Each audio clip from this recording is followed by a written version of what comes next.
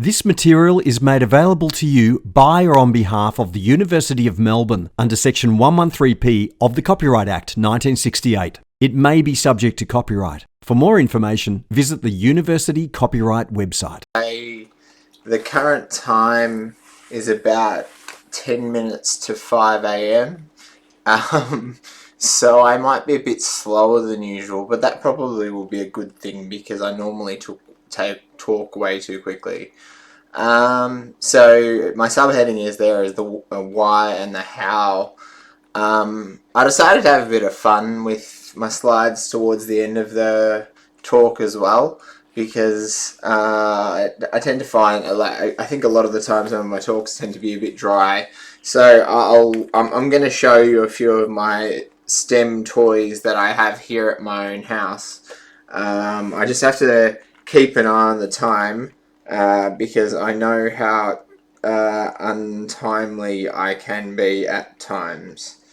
So let's just I'm just going to keep looking at the clock. Alright, I'm going to give myself until about 5:15. Okay, so in overview, basically we're going to have a bit of a quick think about what STEM in education actually is. We're going to think about why STEM in education is becoming such a big deal. And then I'm going to choose for you a number of STEM literacies to talk about and give you some content information about. I would say that things like design and engineering design thinking are just as important. However, I only have 20 minutes for this talk, so I'm going to stick with critical quantitative literacy. Is it Anne Watson from Queensland? Is a bit of an expert in that area. I think that's right. I'm then going to talk about algorithmic thinking and computational thinking, which is a hot topic right now because whilst it's been in the Vic curric in maths for quite some time, the new Australian curriculum revision has it included in maths for the first time. So, and that trend is happening across the world because the skills associated with algorithmic thinking or computational thinking are seen to be skills that will be required of the fourth industrial revolution. I'd love to spend some time talking about design and engineering design thinking, but I'm just really mindful of the time and I'm not going to have enough time to do that.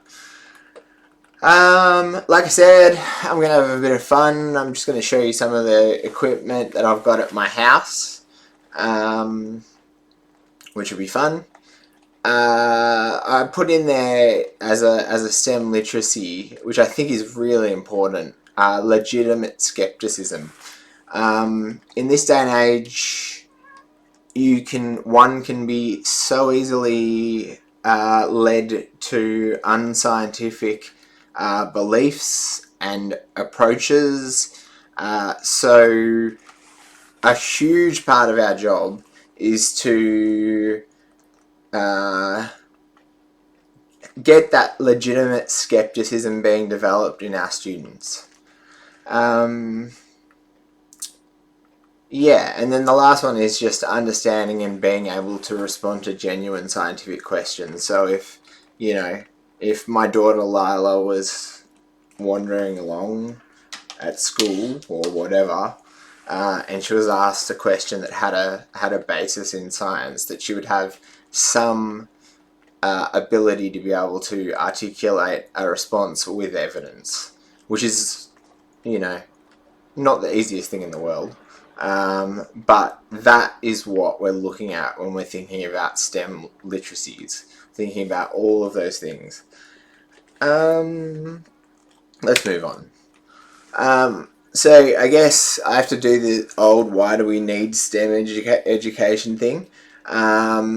basically, there's since the time of John Dewey, who wrote Education in... it's so late. John Dewey basically wrote about the fact that by segregating disciplines and not treating them as a sort of connected whole, we impoverished the curriculum. And pretty much that same debate has continued since his time, and I think he wrote that in 1936 or 1937. Trying to remember exactly what the book's called now. Education's in the title anyway. So we don't expect secondary students or primary students to understand the really sophisticated maths and science that's required to develop things like the recently announced Tesla bot. But what we do expect is that they have some sort of an underlying conceptual understanding of the processes that go into designing these things. So what I mean by that is basically students need to understand computational and algorithmic thinking, because at the very root of all technology is that way of thinking. You can't develop new technologies without a basis in algorithmic and computational thinking. You could also probably add engineering design thinking to that list, but we're not going there today.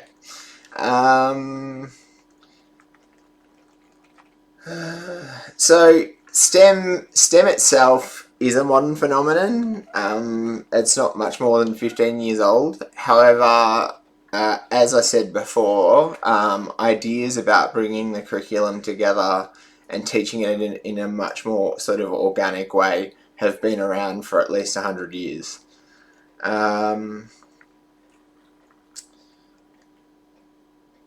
So the interesting thing is that the modern curricula are actually sort of naturally converging on that idea of interdisciplinary learning, which is really good, because it's been something that's been called for ages. Like there are lots of well, actually not. There are a number of very loud detractors about things like inquiry learning and that kind of thing. But in my view, it's usually because they don't understand actually what inquiry learning is and what interdisciplinary learning is. Of course, we don't advocate teaching without direct and explicit instruction. It's about giving students contexts and making the material relevant so that they will understand the science, technology, engineering, and mathematics. Like I said, STEM and STEAM, I guess, have in some way or another been around the world for a while. So STEM is defined broadly as the processes or intrinsic knowledge of the independent or combined disciplines of science and technology, engineering, and mathematics. It's been around, I mean, even though the word STEM hasn't been around for more than about 15 years, there have been, I guess, historical figures who have been, pioneers in STEM. All you have to do is look at Leonardo Da Vinci. He was interested in physiology, so we've got the Vitruvian Man, and then we have his flying machine that he developed. And I guess, love him or hate him, Elon Musk's probably a really good example of a modern version of Da Vinci, I guess. He has so many outlandish and innovative ideas from the very start. His Tesla company, obviously, he's boring holes underneath the United States to send hypertrains around the states.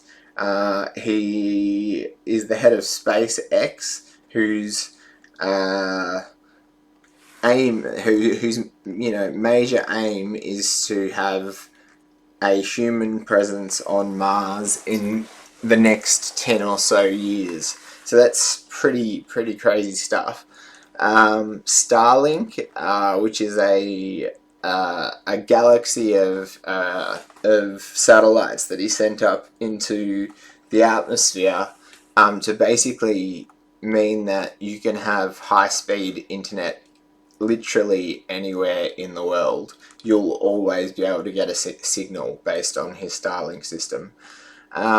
He's also very interested in artificial intelligence. It's interesting, actually.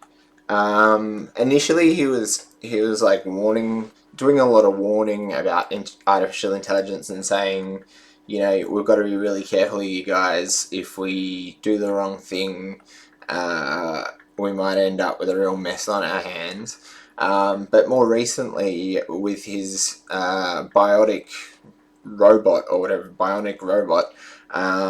he's definitely jumped into artificial intelligence. And I would say that, his cars that basically drive themselves are obviously relying on artificial intelligence as well. So yeah, it's just interesting to hear his different perspectives on all of that.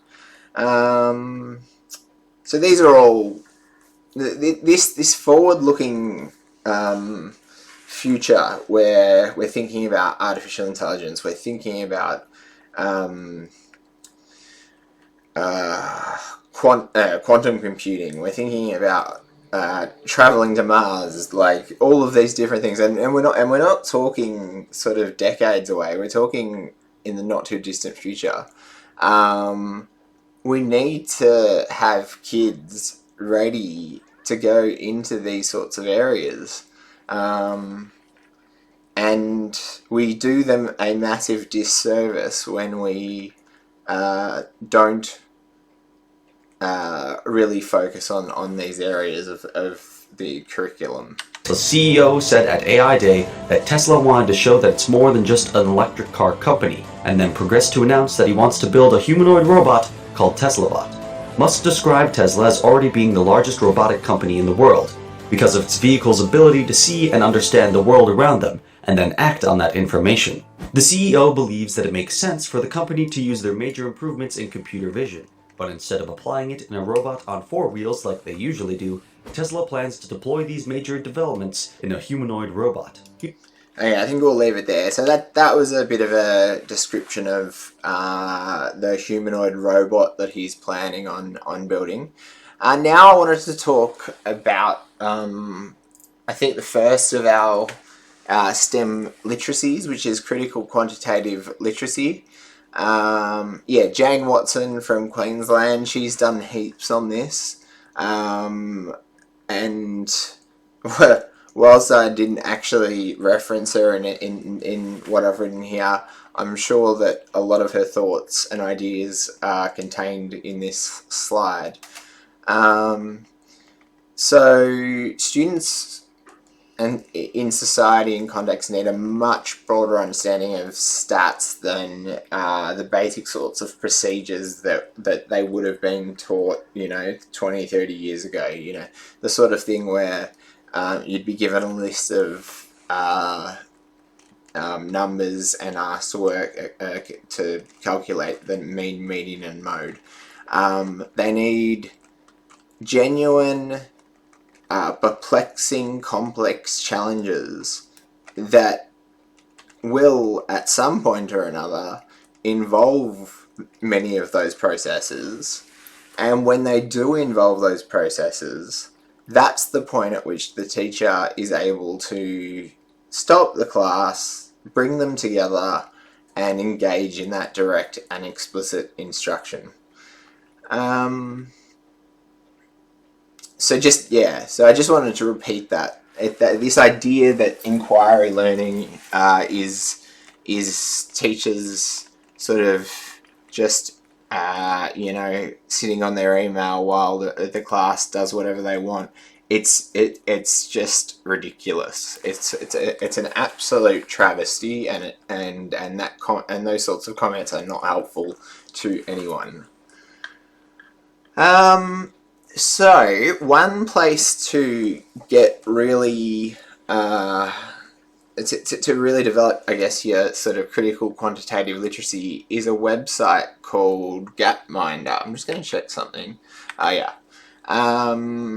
So this guy here, his name is Hans Rosling. He was an amazing statistician from Switzerland.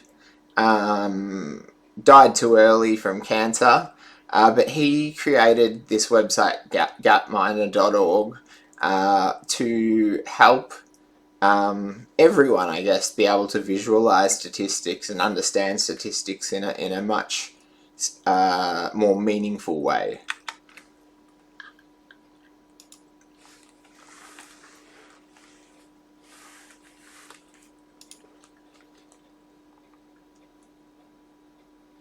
Okay, so I'm just gonna put this back here. Alright, what we've got here is a graph from Gapminder, and you can change the variables around on the X and Y axes to whatever you want. So you can correlate anything against anything, but here all we're doing is correlating life expectancy versus income. And one thing that you'll notice very, very quickly is that the entire world's life expectancy was pretty dismal at the start of the 1800s. We look at Uganda, 25.3. If you're in China, 32. India, 25.4. Obviously, the European nations are a bit better off, but they're still not that great. 36.4, 29.6. Italy, 29.7. So what this graph will do dynamically when I start it up is it will move through the 200 subsequent years, and you will see how life expectancy changed and developed over that time. Think about, while you watch it, some of the reasons for the spikes in sort of life expectancy. Some things I should mention, and you've probably already worked it out. The diameter of the circles refers to the size of the population, and the color of the circles represents the geographic area or the continent that the country has been associated with. All right, we're somehow in Asia. I can kind of understand that, but I reckon we could have had our own colour. But anyway, alright, let's have a look at this. Okay, so not much is happening. Early 1800s, not much. Alright, still not much happening. Alright, things starting to happen. Things starting to progress, yeah, especially for some of these European nations. Now, I'm just going to stop it there. I wonder if any of you can guess which country this pink coloured country is here. I'll give you a bit of thinking time. I'm not even sure, but I hope I'm right. Yes, Australia. So for those of you who would be aware, if you remember from about the 1880s through to the early 1920s, it was more late 1800s anyway. It was the era of marvelous Melbourne, where we had huge amounts of money flooding in from the goldfields and various other sources, and so our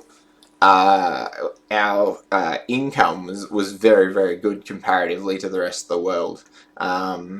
and you can see that in 1919, our life expectancy was 60.2, which is not too bad, I guess. There we go. Industrial revolution's happening now. So what's happening? Everything's moving up. Where the middle class of the whole population is rising quickly. China's becoming more and more powerful, and India. And there you have it. You can see that we've gone from having a world population with, a fairly ordinary life expectancy to a world population with generally a fairly high life expectancy.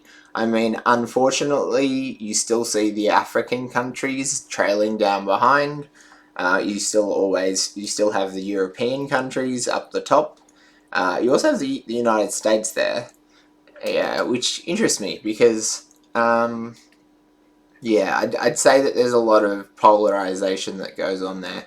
But where are we? I don't know. That's Singapore, Qatar. I don't know. You can play with it and you can find it yourself. But I think anyway, just going through that and talking our way through it, narrating that sort of dynamic graphical display is a really nice way to tell the story of history. But it's also obviously highly mathematical in the way that it works. And so the students are learning incredible graphical understanding and analysis and communication ideas. And I think, as I mentioned before, stats is going to become more and more and more and more important as we move along, because it's highly related to things like probabilistic artificial intelligence models and things like that. So yeah, keep an eye on it. Alright, let's go back to the slides. So other skills I would put under the category of critical quantitative literacy. Really need to emphasize to students that sample size is hugely relevant. That because you saw your mate in the playground manage to do a backflip, it doesn't mean that everyone can do a backflip. We have to talk about the fact that all populations are variable. Variation is a huge part of all of this, and we have to sort of think about getting them to be more skeptical about the sources that they're using it, even if they are reputedly sort of reasonable sources. Unfortunately, in this day and age, we really need to open our students' eyes to the fact that they can often be fed news that suits a particular agenda from a particular news agency or from particular politicians, and that it can be very, very hard to get the truth. And so it's our job to go out and research and find out as much information as we can, so that we can get some sort of balance in the way that we go about things. So yeah, like I said there, additionally, as academics and teachers, I implore you to read papers that appear to be counter to your beliefs with an open mind. So if you are one of those direct instruction people, like that love direct instruction, be a bit more open. Think about how you can fit it into a more engaging and evocative narrative. That's just my advice. Often, whilst there may be parts and sections that you'll disagree with, at other times interesting ideas will emerge, and that's the nature of literature, of reading. Like, it's very rare that you're going to ever read a piece of research and go, oh yeah, I agree with absolutely everything that's in there. But if you just pick up one or two things, then and it was by a researcher that doesn't normally that you don't normally go in for, even better. But yeah, open your eyes, get out of the fishbowl.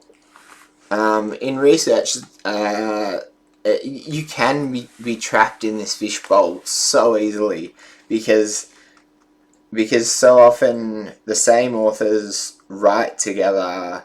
They constantly talk together and validate each other's opinions and ideas, and as a result, I actually think that research then becomes highly subjective.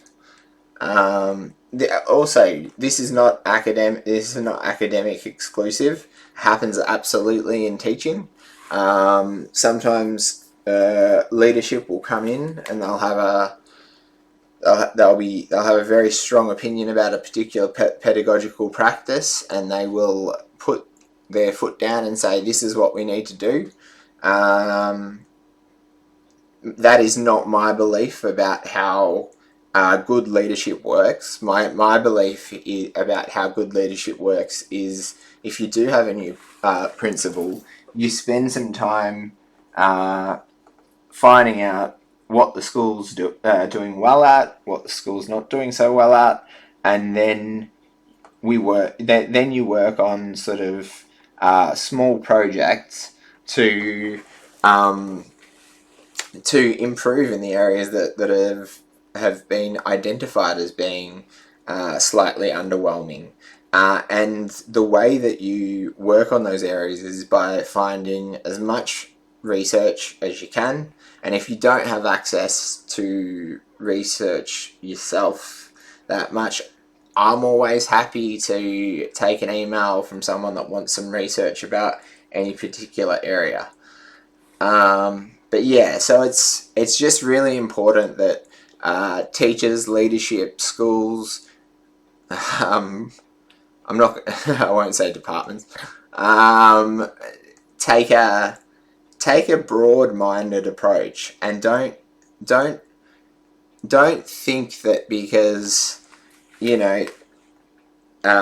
5 quantitative researchers have shown that there's this enormous effect size associated with whatever it is, that is in any way enough to significantly impact your pedagogy. You would need a lot more evidence and understanding and experience before you made that call. So there he is again, our friend Hans Rosling, and there's our little fish. Try to get out of the fishbowl. Try not to be trapped. Try to think for yourself. Alright, then we move on to computational or algorithmic thinking. So it's composed of 5 key areas. Design thinking, so students must obviously think about a design before they go about creating an algorithm. Decomposition, so they need to pull apart the different factors and the different ideas contained within their design.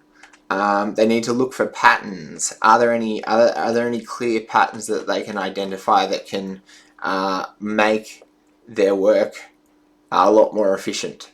And then we come back to, and then we go to abstraction, where the context no longer is necessarily real world situated, but it might be mathematized. And then finally, if we can get to generalization, that's wonderful.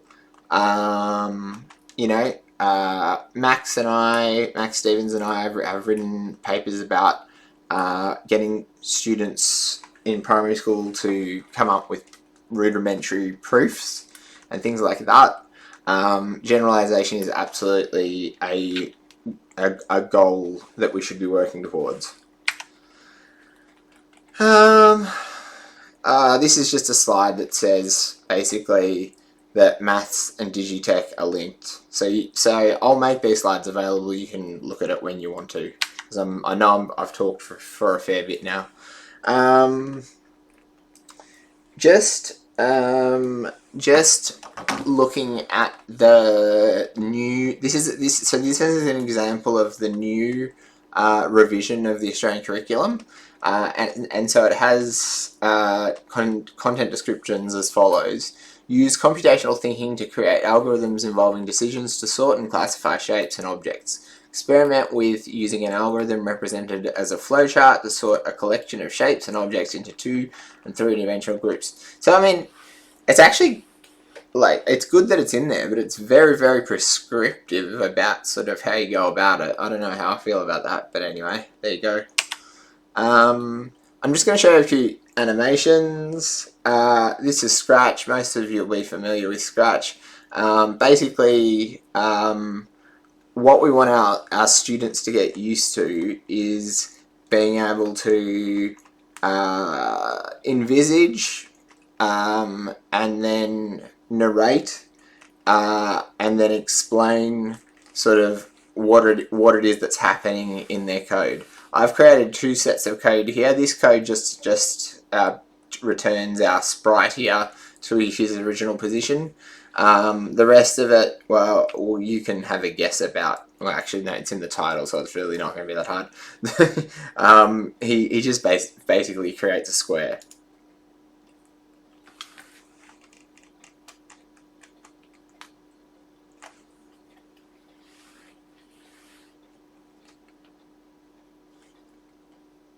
Okay, I think we'll move on from there.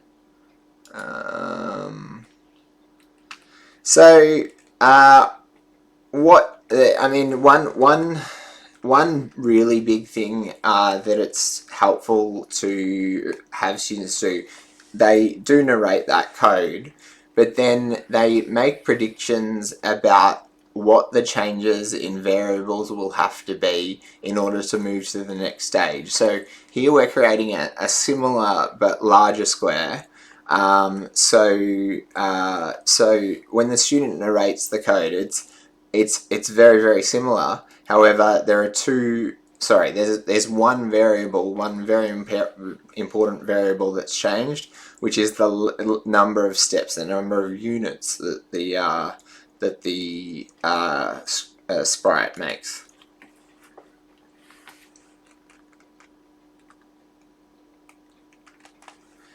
And we're not going to watch him again. Okay. Creating a rectangle again. So predict what variables will need to be the same. What stays the same? What changes? So we still have 4 90-degree internal angles. What changes? We now have. We had 2 pairs of parallel lines before, but now the 2 sets of parallel lines are of different length. So let's have a look at him do his little thing.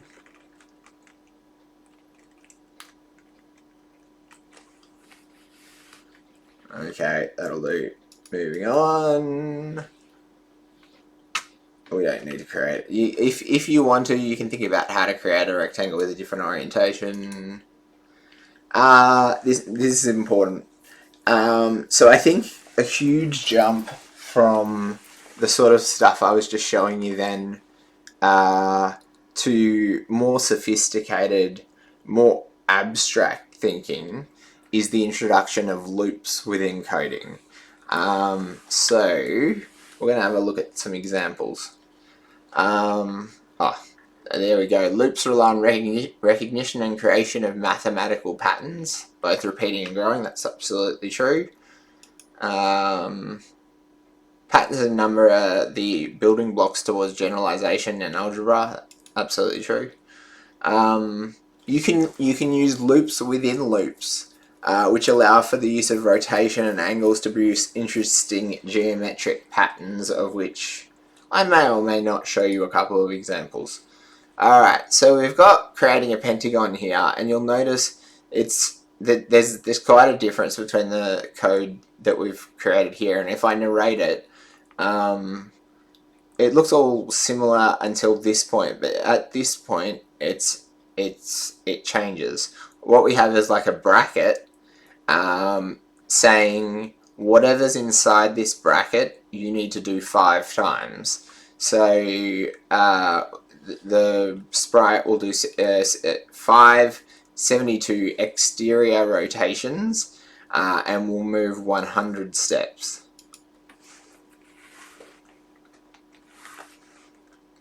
Again, the students need to be thinking what changes, what stays the same.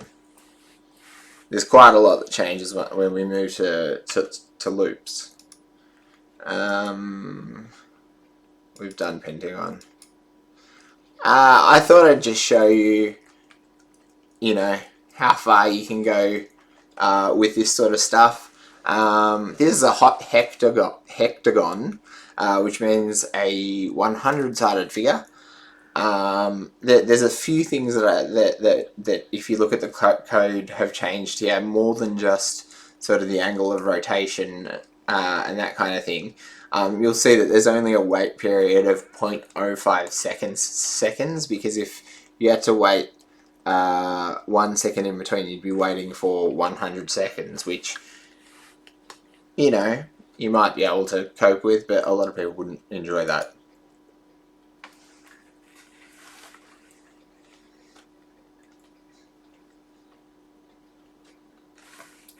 So a couple of interesting comments there. I mean, that looks, for all intents and purposes, like a circle, but obviously a really good question to ask your class is it a circle? And the answer is no. Circles have only one side. That particular circle had 100 sides. Alrighty, here we go. We've moved on to some fun stuff. So this is my table over here, my kitchen table, and I recently I don't know why, decided to spray paint it. And above it, what I've done is I've hung up a micro projector, so in the dark I can cover most of the table with a projector, and what I plan to do is to find an image that I really like, and to project it onto the table and then paint it onto the table, like on top of the silver. So I kind of feel like this is like Steam like in action, because we've got so much tech happening. There's a lot of systems thinking that goes into this, like working out how to suspend the camera from the roof and all of those sorts of things was not an easy task, but I managed to get there, and I'm excited about what's to come.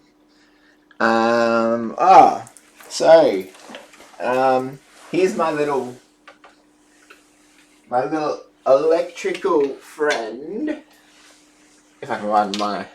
So, at the moment, I haven't got the effects pedal really doing what it's supposed to do, and I've only just really gotten back into viola, so don't expect anything wonderful. I'm just going to do a scale for you.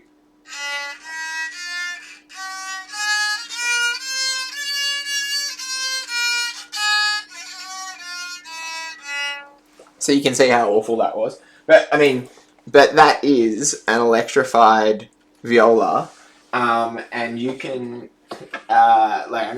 most string instruments these days you can connect up to sort of effects pedals and all kinds of things, and you can make amazing and weird noises. And I just think what an opportunity to talk about sound and vibrations and all of that sort of stuff. It seems to me that it's incredible that you wouldn't that you wouldn't take that opportunity to do that.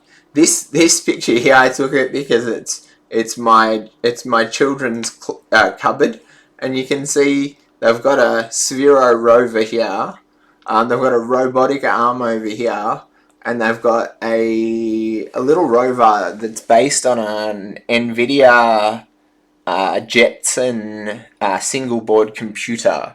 So for those of you who aren't familiar with single board computers, the most famous of them all is the Raspberry Pi, and basically they are what they say they are. They are a computer on a sort of a credit card size object, and they're becoming more and more powerful, and you can do some pretty amazing things with them. Over here on the right, we've got my artificial intelligence based video camera. So it's pretty cool. What you do is basically you just pop it in a room.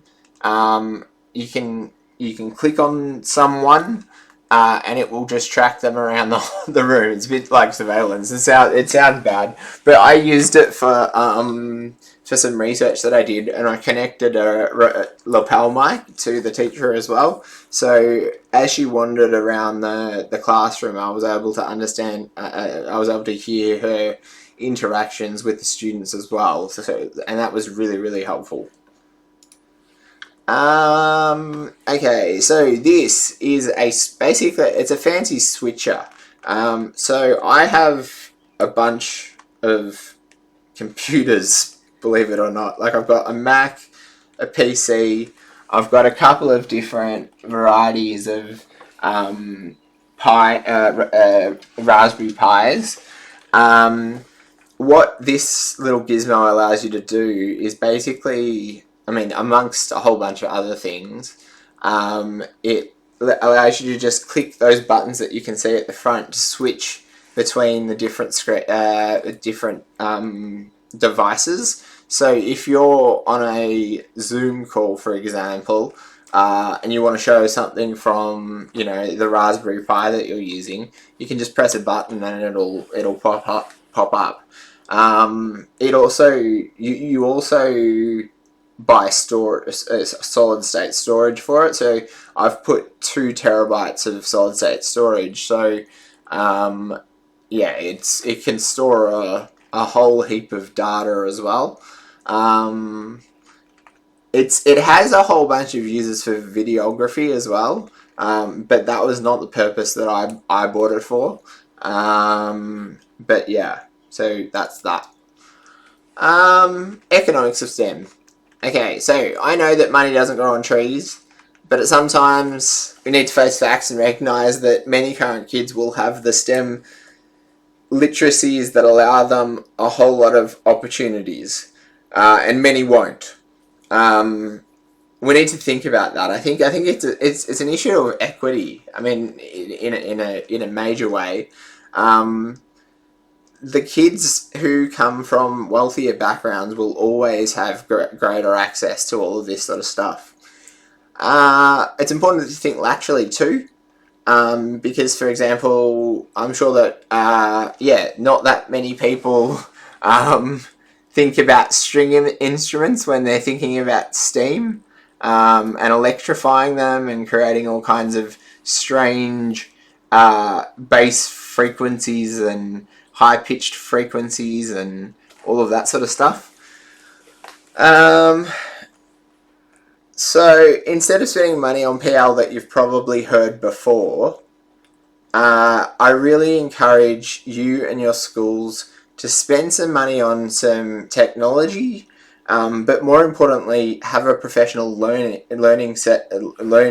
series that really excites people about this area. So yeah, I mean, it's going to cost a lot. It does.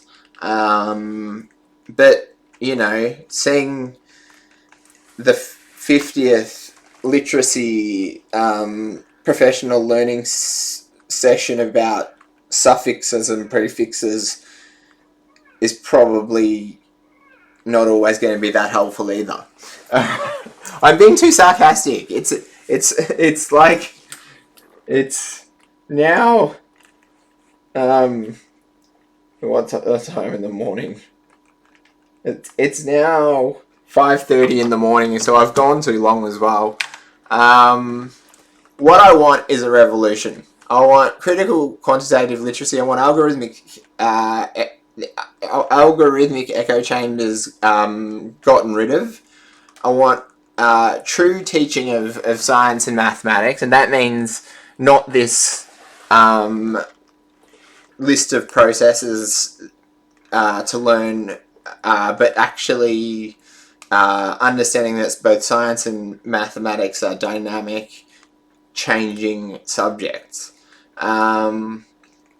Reject false dichotomies. So don't be one of these people who allows themselves to be persuaded by a particular argument that then you are unprepared to challenge yourself over. Challenge ourselves to not fall into these cognitive prisons. Empowering teachers with research, morality, and ethics in STEM. So, that's the end of my talk. It went way longer than it was supposed to, but I don't care. It was recorded anyway, so that's fine. If you get bored, just turn it off. If you like it, keep watching it. But do feel free to get in contact with me. I think that the Stav might be organising some kind of event where the speakers are made available. But look out for that one. I'm not sure exactly what's going to happen. But thank you all very much for listening. I hope I didn't bore you. I hope I raised some ideas and some questions for you. Have a great weekend.